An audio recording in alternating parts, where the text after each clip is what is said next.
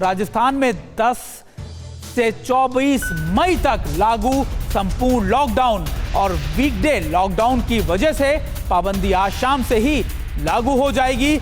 10 मई की सुबह 5 बजे से 24 मई की सुबह 5 बजे तक कड़ी से पाबंदी की जाएगी, कड़ाई से पाबंदी की जाएगी, खासतौर पर राजस्थान में भी।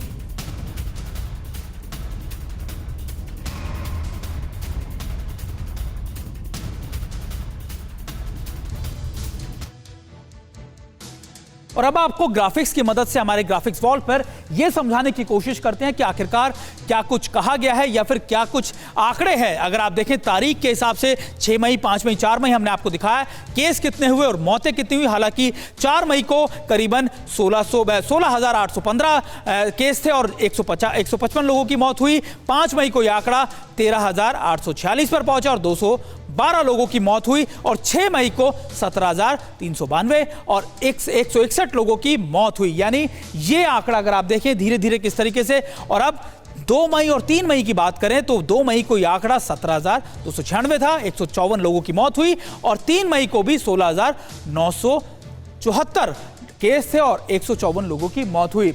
अब हम आपको यह बताते हैं कि आखिरकार राजस्थान में गाइडलाइन क्या रखी गई है। ये जरा एक बार फिर आपको दिखाते हैं कि ग्राफिक्स की मदद से कि आखिरकार क्या कुछ गाइडलाइन है। सबसे पहले 31 मई तक विवाह समारोह पर नहीं होंगे, पूरी तरीके से रोक लगा दी गई है, लेकिन विवाह घर पर या फिर कोर्ट मैरिज की अनुमति दी गई है।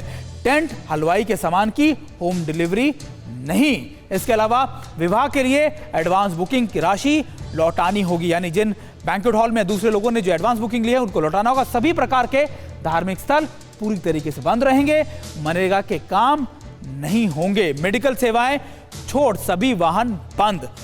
अंतर्राष्ट्रीय माल ढोने वाले भारी वाहनों को अनुमति दी गई है और इसके अलावा बाहर से आने वालों को 72 घंटे की RT-PCR रिपोर्ट दिखानी होगी, उन्हें जरूरी है। रिपोर्ट नहीं दिखाने पर 15 दिन का क्वारंटीन रहना पड़ेगा और पलायन रोकने के लिए उद्योग निर्माण इकाइयों में काम होगा। ये महत्वपूर्ण है क्योंकि कई लोग जो हैं और इसको छोड़कर अपने राज्यों को छोड़कर जा रहे थे। अब इस खबर के ऊपर हमारे संवाददाता जितेश के पास सीधे चलते हैं। जितेश, अगर बात की जाए इस नए गाइडलाइंस का तो क्या जो पिछले कई दिनों से हम अपने ग्राफिक्स से दिखाया कि जो संख्या है, जो केसेस है कमी हुई है, क्या उसका सीधा प्रभाव अब इस वजह से नए निर्देशों की वजह से भी होगा?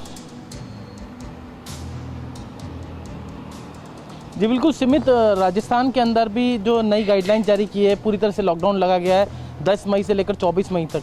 पहले से ही जो रेड अलर्ट पखवाड़ा चल रहा था, यानी पहले से ही एक लॉकडाउन ही कह सकते हैं वो चल रहा था, लेकिन अब इसमें पाबंदियां बढ़ा दी गई है कि सार्वजनिक जो बस हैं वो नहीं चलेगी, आवागमन पूरी तरह से बंद रहेगा।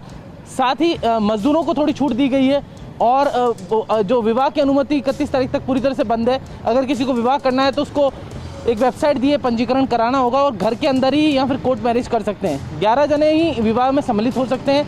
साथ ही आपको बता दूं कि राजस्थान में लगातार कोरोना के आंकड़े बढ़ रहे थे। राजस्थान सरकार ने कल देर रात ही ये फैसला लिया है, मंत्रिमंडल की बैठक में ये फैसला लिया गया है कि राजस्थान में जिस तरह से 7 लाख से ज़्यादा एक्टिव केस हो गए हैं और बात करें अकेले जयपुर के अंदर तो 1000 लोगों की मौत कोरोना से हो गई है। इस तरह से जिस तरह से आंकड़े बढ़ रहे थे तो राजस्थान सरकार ने ये फैसला लिया है संपूर्ण लॉकडाउन का। एक राहत की खबर यह है कि राजस्थान सरकार ने जो लॉकडाउन का फैसला लिया है इसमें फल सब्जी की दुकानें खुली रहेगी। साथ ही शराब की दुकानें भी कुछ समय के लिए खोलने की बात कही गई है, क्योंकि रेवेन्यू भी बहुत बड़ा एक माध्यम होता है, शराब की दुकानों से बड़ा रेवेन्यू प्राप्त होता है। तो सरकार रेवेन्यू को लॉस नहीं चाहती थी, इसलिए लाइवलीहुड सरकार की चलती रहे, इसलिए इन्होंने शराब की दुकानों को भी अनुमति दी है। और आपको बता दूं कि अगर मजदूरों को भी अनुमति है, फैक्ट्रीज वगैरह बंद नहीं रहेगी, लेकिन एक पूरी तरह से लॉकडाउन रहेगा, सख्त लॉकडाउन रहेगा। जिस तरह से राजस्थान में लगातार कोरोना के आंकड़े बढ़ रहे थे तो चैन तोड़ने के लिए राजस्थान सरकार ने एक अहम फैसला लिया है। लेकिन सबसे बड़ा सवाल ये खड़ा हो रहा है कि क्योंकि देश के प्रधानमंत्री लगातार खासतौर पर क्योंकि आपने जिस तरीके से अपडेट दिया, हम आपसे यही कहेंगे कि आप भी सेफ रहिए और खासतौर पर लोगों से ये आग्रह करेंगे कि वो लॉकडाउन का पालन भी करें। अड़ी सोमवार से शुक्रवार शाम 6 बजे सिर्फ TV9 भारतवर्ष पर।